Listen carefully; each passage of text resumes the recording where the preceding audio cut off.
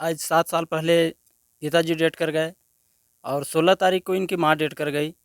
तो इन लोग के समस्या बहुत घनिष्ठ हो गया। अब इन लोग के खाने पीने की भी कोई व्यवस्था नहीं है।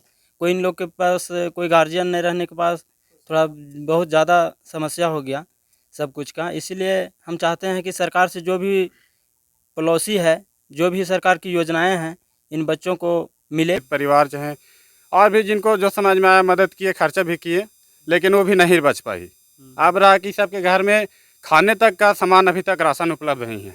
किसी तरह से गोतिया भाई परिवार करके सबका अभी बच्चा लोग को ये किया जाए। दाह संस्कार करने तक कि सबके पास माने कोई व्यवस्था नहीं है। तो हम लोग यही मांग करते हैं, हम लोग गांव घर में है तो जितना हो सके हम लोग मदद कर पाएंगे, लेकिन सरकार का जो पॉलिसी है इस तरह के अनाथ बच्चे के लिए, वो हम चाहेंगे कि जल्द से जल्द यहाँ के स्थानीय प्रतिनिधि हो, चाहे जो भी सांसद हो, विधायक हो, सरकार की जो भी पॉलिसी है उसके माध्यम से मदद पहुँचाने का कृपा करें। क्या नाम? हम गांव का मदद मांगना चाहते हैं और समाज कर सरकार से मदद मांगना चाहते हैं। नमस्कार, ये है आपका अपना न्यूज चैनल। आपका अपना न्यूज चैनल में स्वागत है। आपको दिखाते हैं प्रमुख समाचार।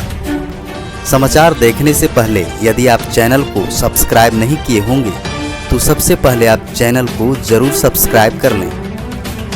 हम लोग चलते हैं बालू भांग के हेरनहोपा गांव, जहां 3 बच्चे के माता पिता का सर से साया उठ चुका है। तो देखिए, हम लोग अभी गड़गोमा नदी पार करने जा रहे हैं। हमारे साथ रुपेश जी भी हैं और हम लोग ये गड़गोमा नदी पार करके और बालू भांग के हेरनहोपा पहुंचेंगे और वहां जाकर रिपोर्टिंग करेंगे। तो यहाँ से लगभग हम लोग समझा जाए तो 20 से 25 किलोमीटर दूरी है। तो हम लोग अभी आधे रास्ते में पहुँचे हैं और हम लोग पहुँच के और वहाँ ग्राउंड रिपोर्टिंग करके उसके बाद पूरा खबर को दिखाने का प्रयास करेंगे। नमस्कार, इस वक्त मौजूद हूँ मैं लातेहार जिला के बालू भांग पंचायत के हेरनहोपा गांव में, जो बारियतू प्रखंड क्षेत्र से लगभग 15 से 20 किलोमीटर के आसपास जंगल क्षेत्रों में है। और हम लोग को यहाँ आने का मूल कारण है कि ये 2 जो माता पिता थे वो गुजर गए हैं और बच्चे अनाथ हो गए हैं। 3 बच्चे हैं, आप दिखा सकते हैं कैमरामैन थोड़ा सा। ये 3 बच्चे हैं, तीनों नाबालिग हैं। और जब हम लोगों को खबर मिली तो हमने खबर मंत्र अखबार में प्रमुखता से खबर को प्रकाशित किया और यहाँ के सरकार और प्रशासन तथा जितने भी समाज सेवी हैं उनसे आग्रह किया कि इन बच्चों को जीवन यापन के लिए क्या व्यवस्था किया जाए या कुछ लोग इनको सहयोग करें। इसके लिए हमने प्रमुखता से खबर को छापा था और खबर छपने के बाद कहीं ना कहीं असर हुआ और बहुत सारे समाज सेवी लोग और समाज के कुछ लोगों ने इनको मदद के लिए खाता नंबर वगैरह भी मांग कर रहे हैं। तो अभी हम इस जो पीड़ित परिवार है इन लोगों से हम पहले रूबरू कराना चाहता हूँ। इससे पहले मैं एक चीज़ कहना चाहता हूँ कि जो बालू भांग पंचायत हैं, पंचायत के उप मुखिया विनोद कुमार यादव जो हैं, वो विनोद कुमार यादव यहाँ जो उप मुखिया हैं, बच्चे के प्रति इन्होंने ही हम लोगों को इसके बारे में सूचना दिया था।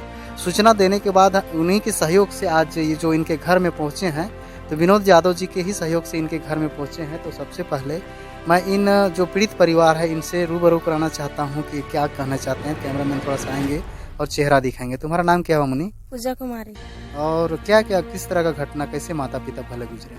पापा के उसमें आए थे बाहर में, हम लोग यहाँ आए थे और मम्मी के 2-3 साल भर से मम्मी की तबीयत खराब था।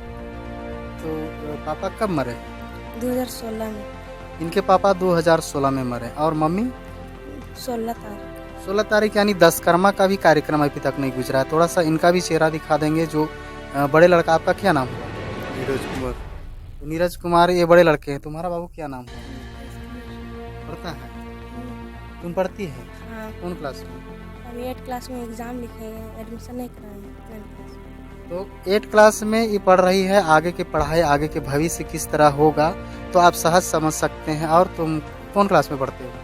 8 क्लास के एग्जाम लिखा छोड़ दिए पढ़ाई छोड़ दिए। इनका पिताजी गुजर गए। सर से जब पिताजी किसी का गुजर जाते हैं तो जिम्मेवारी अधिक बढ़ जाती है और बढ़ने के बाद कहीं ना कहीं समस्या था, इनका पारिवारिक समस्या था जिसके कारण आगे की पढ़ाई नहीं कर पाए हैं। और तुम पढ़ना चाहती हो अभी? हाँ। तो ये पढ़ना चाहती है, लेकिन माता पिता का साया वो उठ जाने के बाद जो पारिवारिक बोझ है काफ़ी बढ़ गया है, जिससे अब आने वाला समय ही बताएगा कि इसमें कौन सा सरकार या कौन संगठन जो भी हो सामाजिक संगठन उन्हें बढ़ चढ़ कर के हिस्सा लेंगे या आगे पढ़ने का अवसर देते हैं या नहीं देते हैं, तो आप और समाज और सरकार से क्या मांग करते हैं? पढ़ने चाहते हैं। आगे की पढ़ाई कैसे होगा? आप तुम्हारे माता पिता मदद कीजिएगा तभी हम गांव का मदद मांगना चाहते हैं और समाज कर सरकार से मदद मांगना चाहते हैं। तो आप समझ सकते हैं। और कुछ लोग भी, हमारे मुखिया जी भी मौजूद हैं, उप मुखिया विनोद कुमार यादव जी। इन्हीं की पहल से आज से हम लोग यहाँ इस घने जंगल क्षेत्र में पहुँचे हैं और ये जो उप मुखिया विनोद कुमार यादव जी हम लोग के साथ मौजूद हैं और इनका जो समस्या, इसमें हम लोग को यहाँ का सूचना दिए और सूचना के आधार पर हमने खबर मंत्र झारखंड के लोकप्रिय अखबार में इस मामला को प्रकाशित किया। प्रकाशित करने के बाद बहुत सारे लोगों ने इस मामला से दिलचस्प ले रहे हैं। तो हम विनोद जी, आप मतलब क्या कहना चाहते हैं कि यहाँ का जो बच्चे हैं इसका क्या समस्या है?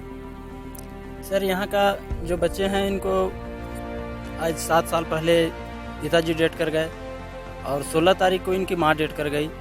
तो इन लोग के समस्या बहुत घनिष्ठ हो गया। अब इन लोग के खाने पीने की भी कोई व्यवस्था नहीं है।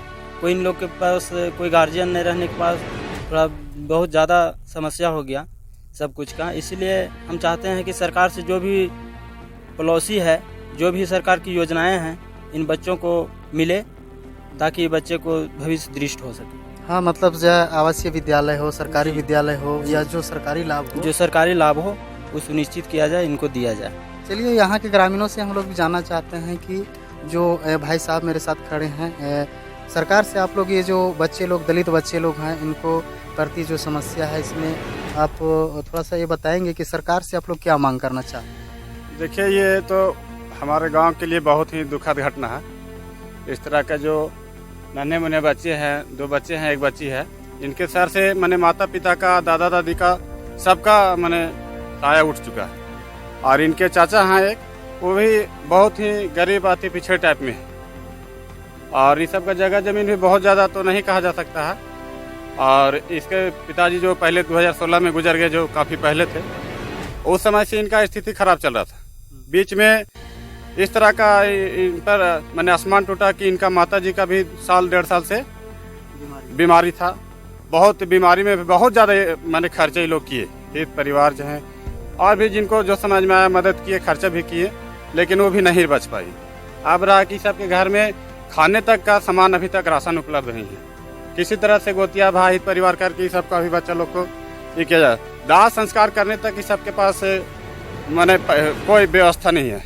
तो हम लोग यही मांग करते हैं, हम लोग गांव घर में है तो जितना हो सके हम लोग मदद कर पाएंगे, लेकिन सरकार का जो पॉलिसी है इस तरह के अनाथ बच्चे के लिए, वो हम चाहेंगे कि जल्द से जल्द यहाँ के स्थानीय प्रतिनिधि हो, चाहे जो भी सांसद हो, विधायक हो, सरकार की जो भी पॉलिसी है उसके माध्यम से मदद पहुँचाने की कृपा करें। क्या नाम है? मेरा नाम अमन कुमार यादव है। हम हिरनोपा कहीं हैं।